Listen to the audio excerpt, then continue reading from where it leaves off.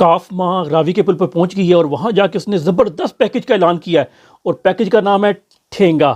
ٹھینگا دکھا رہی ہے کہ بھائی جو ڈوبنے والے ہیں ان کو دیکھیں آپ کہ جی اس طریقے سے ڈوبتے ہیں، اس طریقے سے ڈوبو۔ یہ ہوتی ہے کاف ماں، اپنے بچوں کو کھا جاتی ہے، اپنے بچوں کو ڈوبتا دیکھ کے کیسی خوشیاں منا رہی ہے۔ اور دوسرا کریڈٹ اس تباہی کا سیلاب کا جو جاتا ہے وہ کاف باپ کو جاتا ہے۔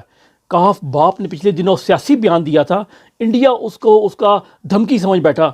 سیاسی بیان کیا تھا؟ تم ہمارا پانی بند کر دو گے، ہم تمہارا سانس بند کر دیں گے۔ تو انڈیا نے پانی تو کھول دیا ڈر کے، لیکن سانس پاکستانیوں کا بند کر دیا۔ ابھی تو پارٹی شروع ہے پاکستانیوں، ابھی تو یہ دریا آگے جا کے ملیں گے اور جہلم کے ساتھ ملیں گے، اور نیچے کے دریا جو ہیں ان سب سے ملیں گے، اور بعد میں یہ سندھ میں جا کے مل جائیں گے۔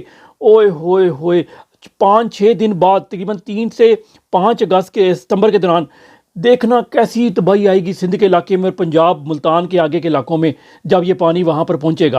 اور یہی نہیں، جو منگلا ڈیم ہے وہ پورا بھر گیا ہے، بلکہ اوپر سے پانی امڑنے والا ہو رہا ہے، اور تربیلا ڈیم بھی بھر گیا ہے۔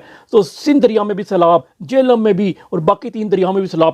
پرفیکٹ سٹورم۔ اللہ تعالیٰ کی شان دیکھو، آج زلزلہ بھی آ گیا پاکستان کے اندر، ماشاءاللہ۔ لیکن آپ صرف یہ ایک تصویر دیکھ لینا واگا بارڈر کی کہ دونوں برابر آمنے سامنے ہیں، ادھر والے ملک میں پانی کھڑا ہوا ہے اور ادھر والے ملک میں پانی نہیں ہے۔ اس سے ہی پتہ لگتا ہے کہ یہ کتنے کمپیٹنٹ ہیں، اور یہ نمبر 1 ہے، وہ نمبر 10 ہے۔